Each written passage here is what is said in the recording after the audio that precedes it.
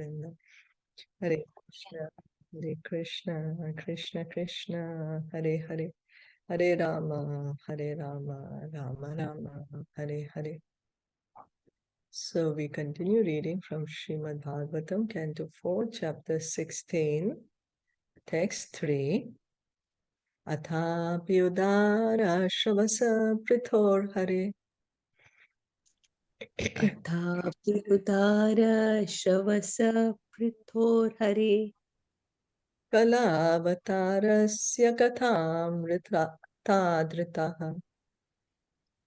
Kalavatarasya katham rithatritaha.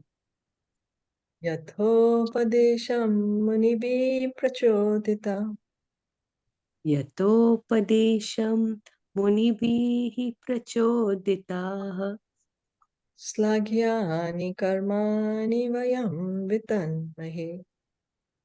Slaghya yani karmani vayam vitanmahi. Translation and purport by His Divine Grace, A.C. Bhaktivedanta Swami Srila Prabhupada. Although we are unable to glorify you adequately, we nonetheless have a transcendental taste for glorifying your activities. We shall try to glorify you according to the instructions received from authoritative sages and scholars. Whatever we speak, however, is always inadequate and very insignificant. Dear King, because you are a direct incarnation of the Supreme Personality of Godhead, all your activities are liberal and ever laudable. So the reciters, they are continuing to glorify Pṛthu Maharaj. However expert one may be, he can never describe the glories of the Lord adequately. Nonetheless, those engaged in glorifying the activities of the Lord should try to do so as far as possible. So why one may not be able to describe, one is not able to glorify the Lord adequately? Because the Lord's glories are inconceivable. Yes, inconceivable, and they are unlimited. Unlimited. As the Lord is unlimited, His glory is also unlimited.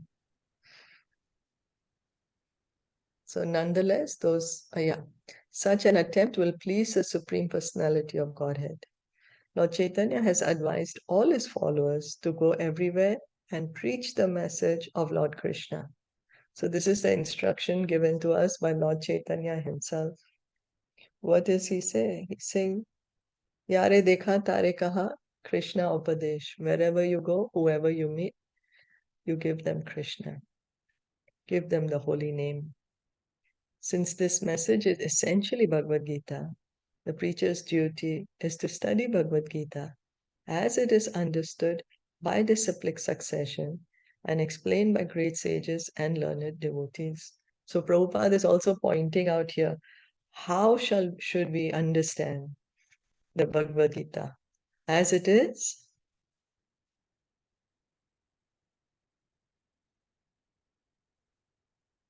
Anyone? By disciplic succession. Yes. Yeah. So this is how we can understand Bhagavad Gita as Arjuna understood it. That's how we should try to understand the Bhagavad Gita. One should speak to the general populace in accordance with one's predecessors, sadhu, guru, and shastras. So we do not need to imagine anything. We don't need to innovate anything. We simply have to hear and repeat what we hear. That's it. This simple process is the easiest method by which one can glorify the Lord. So Shravanam, we hear, and then we do kirtan, we chant. We hear the glories, then we repeat the glories. Devotional service, however, is the real method, for by devotional service, one can satisfy the Supreme Personality of Godhead with just a few words. Without devotional service, volumes of books cannot satisfy the Lord. So how can we please the Lord? By devotional service, Yes. And devotional service begins by? hearing and chanting. Yeah. Thank you. Even though preachers of the Krishna consciousness movement may be unable to describe the glories of the Lord, they can nonetheless go everywhere and request people to chant Hare Krishna. So Prabhupada says we may not know anything, but simply by requesting people to chant Hare Krishna, that is enough. We may not know how glorious the Lord is, or we may not know the philosophy, but just request. Chant Hare Krishna. Of course, we should try to understand Bhagavad Gita, Srimad Bhagavatam, to the best of our ability. Esha dharma pratam shreshto. Isha dharma mritam shreshto. Lokam dharme anuvartayan. Lokam dharme anuvartayan. Gopta cha dharma setunam. Gopta cha dharma setunam. Shasta tat paripanthinam. Shasta tat paripantinam. This king, Maharaj Pṛthu, is the best amongst those who are following religious principles. As such, he will engage everyone in the pursuit of religious principles and give those principles all protection. He will also be a great chastiser to the irreligious and atheistic. Krishna says, and when he says in Bhagavad Gita that he comes yada yada hi dharmasya glanir bhavati bharata. He comes when the religious principles are forgotten. So he comes to re-establish the religious principles. He comes to annihilate the miscreants and to protect the devotees. So the same, they are glorifying the Pṛthu Maharajas. They are glorifying that Pṛthu Maharaj is going to do such things. Is he The one of duty the of 12 Mahajans? King Pṛthu Pṛthu? Maharaj, no, No. no, he is not. He does not come in one of the 12 Mahajans. He comes in the category of the one of the Shaktiavesh avatars. Yeah. The duty of the king or the head of the government is described very nicely in this verse. It is the duty of the governmental head to see that people strictly follow a religious life. A king should also be strict in chastising the atheists. In other words, an atheistic or godless government should never be supported by a king or governmental chief. That is the test of a good government. So in Vedic society, it used to be like that. The kings would be Rajarishis, there would be devotees, and that's how they were able to take care of the citizens properly.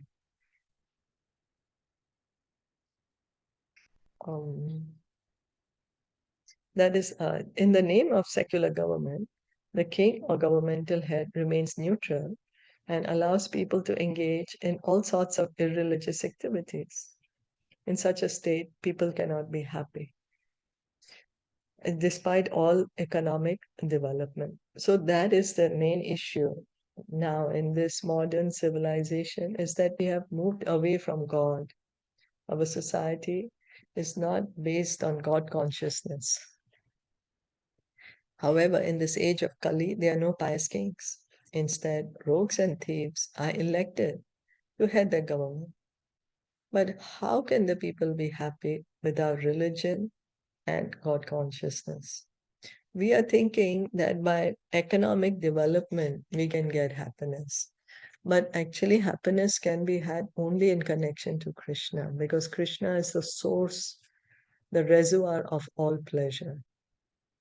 So when we can connect ourselves with Krishna, then we will feel blissful. That's why Krishna says in Bhagavad Gita, devotional service is susukham. It is joyfully performed. The rogues exact taxes from the citizens for their own sense enjoyment. And in the future, the people will be so much harassed that according to Srimad Bhagavatam, they will flee from their homes and country and take shelter in the forest. So Bhagavatam, the 12th canto, predicts certain happenings of the age of Kali. Some of them we are already seeing now. Bhagavatam already predicts 5,000 years ago what's going to happen in Kali Yuga. And as Kali Yuga progresses, we will see those symptoms becoming more and more severe. However, in Kali Yuga, democratic government can be captured by Krishna conscious people. If this can be done, the general populace can be made very happy. Esha Vailokapalanaham Ishave lokpalanam Bibharti Ekastanu Tanuho bibharti ekastano Kale Kale Yatha Bhagam kale kale yatha bhagam Lokayor Ubayor Hitam. lokayor ubhayor hitam. This king alone in his own body will be able, in due course of time, to maintain all living entities and keep them in a pleasant condition by manifesting himself as different demigods to perform various departmental activities. Thus, he will maintain the upper planetary system by inducing the populace to perform Vedic sacrifices. In due course of time, he will also maintain this earthly planet by discharging proper rainfall. The demigods in charge of the various departmental activities that maintain this world are but assistants to the Supreme Personality of Godhead. So what are the demigods called? They are called the departmental heads, like the Heads. Department of Water. I'm sorry. No, I was just saying the same thing. Departmental head. Yeah. Yes, yes. So it's like Department of Water or Department of Sun or Department of Rain, Department of Clouds. And then who are they? They are assistants to the Supreme Lord. So the demigods are not God, but they are assistants of God in the administration of this universe, in the management of the universe. Just like a prime minister has its cabinet ministers. So that's how the Supreme Lord is there. And he has kept this various demigods as the different cabinet ministers. When an incarnation of Godhead descends to this planet, demigods like the sun god, the moon god, or the king of heaven, Indra, all join him. Consequently, the incarnation of Godhead is able to act for the departmental demigods to keep the planetary systems in order. So, when an incarnation of Godhead descends to this planet, demigods like the sun god, the moon god, or the king of heaven, Indra, all join him. So Prabhupada is saying when Krishna incarnates, then the demigods also come with him. For example, we know when Swayam Bhagwan, Krishna came, all the incarnations, all his expansions, they all came with him. They are all there in him because he is the source. The protection of the earthly planet is dependent on proper rainfall. And as stated in Bhagavad Gita and other scriptures, sacrifices are performed to please those demigods who are in charge of rainfall. So, of course, we need rains so that our crops can grow. And there's good rainfall when there is proper sacrifice. And the sacrifice for this age of Kali is Harinam Sing Sankirtan. and chanting. Yeah. Thank you. Thank you. Annad bhavanti bhutani parjanayad anasambhava yagyad bhavati parjanyo yagya karma samudbhava. All living bodies subsist on food grains, which are produced from rains. Rains are produced by performance of yagya, sacrifice, and yagya is born of prescribed duties. Bhagavad Gita 3:14. We are not able to understand in modern society how important rainfall is. We think it's okay, we can get our food from the factory. Anyway, the packaged foods come from factories. But the raw material for that packaged food is still coming from the earth. So we are very dependent on the rains. Thus, the proper execution of yagya, sacrifice, is required, as indicated herein. King Pṛthu alone would induce all the citizens to engage in such sacrificial activities so that there would not be scarcity or distress. So we can see such a comparison. Vena, he stopped all sacrifices. He said, no need to offer sacrifice to any demigods, to Lord Vishnu. I am as great as Lord Vishnu. You just please me. And here Pṛthu Maharaj is re-establishing to perform the sacrifices. In Kali Yuga, however, in the so-called secular state, the executive branch of government is in the charge of so-called kings and presidents who are all fools and rascals, ignorant of the intricacies of nature's causes and ignorant of the principles of sacrifice. Such rascals simply make various plans which always fail, and the people subsequently suffer disturbances. To counteract this situation, the Shastras advise Hare Nama, Hare Nama, Hare Nameva Kevalam, Kalau Naste, Vanaste, Vanaste, Vagatiranyaka.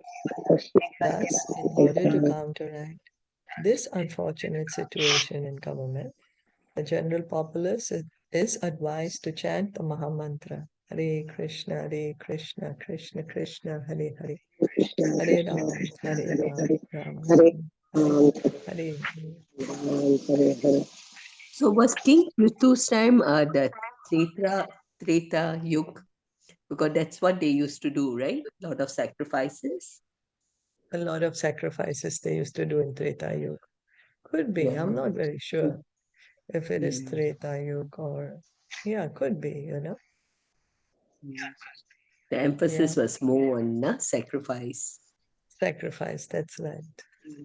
Yeah, that's right. But I'm not very sure around when was he there. Could be. Vasukala upadate. Vasukala upadate. Kale chayam vimunchati.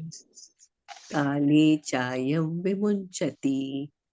Kale chayam vimunchati. Sama sarveshu bhuteshu. Samaha sarveshu bhuteshu. Samaha sarveshu bhuteshu. Pratapan suryavat vibhu. Pratapan suryavat vibhu. Pratapan surya vat vibhu. This King Pṛthu will be as powerful as the sun god. And just as the sun god equally distributes his sunshine to everyone, King Pṛthu will distribute his mercy equally. Similarly, just as the sun god evaporates water for 8 months and during the rainy season returns it profusely, this king will also exact taxes from the citizens and return these monies in times of need. So the comparison is made to sun god is very significant, that the sun in the summertime, it evaporates all the water, but what does it do? In the rainy season, gives back all the water. Similarly, Pṛthu Maharaj is going to collect taxes, but not just to keep himself rich, but to use it for the welfare of the citizens. The process of tax exaction is very nicely explained in this verse. Tax exaction is not meant for the sense gratification of the so-called administrative heads. Tax revenues should be distributed to the citizens in times of need, during emergencies such as famine or flood. Tax revenues should never be distributed amongst governmental servants in the form of high salaries and various other allowances. In Kali Yuga, however, the position of the citizens is very horrible because taxes are exacted in so many forms and are spent for the personal comforts of the administrators. This is one of the symptoms of Kali Yuga that Bhagavatam predicts, that those who are supposed to protect the governments, they themselves are going to mistreat the citizens by taking too many taxes from them. And it will become so unbearable that people will leave the cities and go and live in forests. As Kali Yuga progresses, now we are only in 5,000 years. There's still 432,000 years of Kali Yuga. So the best remedy, chant. That's Bhagavatam also says that this Kali Yuga is an ocean of faults, but there's one good thing, and that is the chanting of the Hare Krishna mantra. The example of the sun in this verse is very appropriate. The sun is many millions of miles away from the earth. And although the sun does not actually touch the earth, it manages to distribute land all over the planet by extracting water from the oceans and seas. And it also manages to make that land fertile by distributing water during the rainy season. So how does first Prabhupada is saying that how the sun creates the land is by evaporating the water is creating the land. And then it is fertilizing that same land when the rains fall. As an ideal king, King Pṛthu would execute all this business in the village and state as expertly as the sun. So very nice comparison is given of King Pṛthu Maharaj and the sun. Did anyone have any comments, anything to add?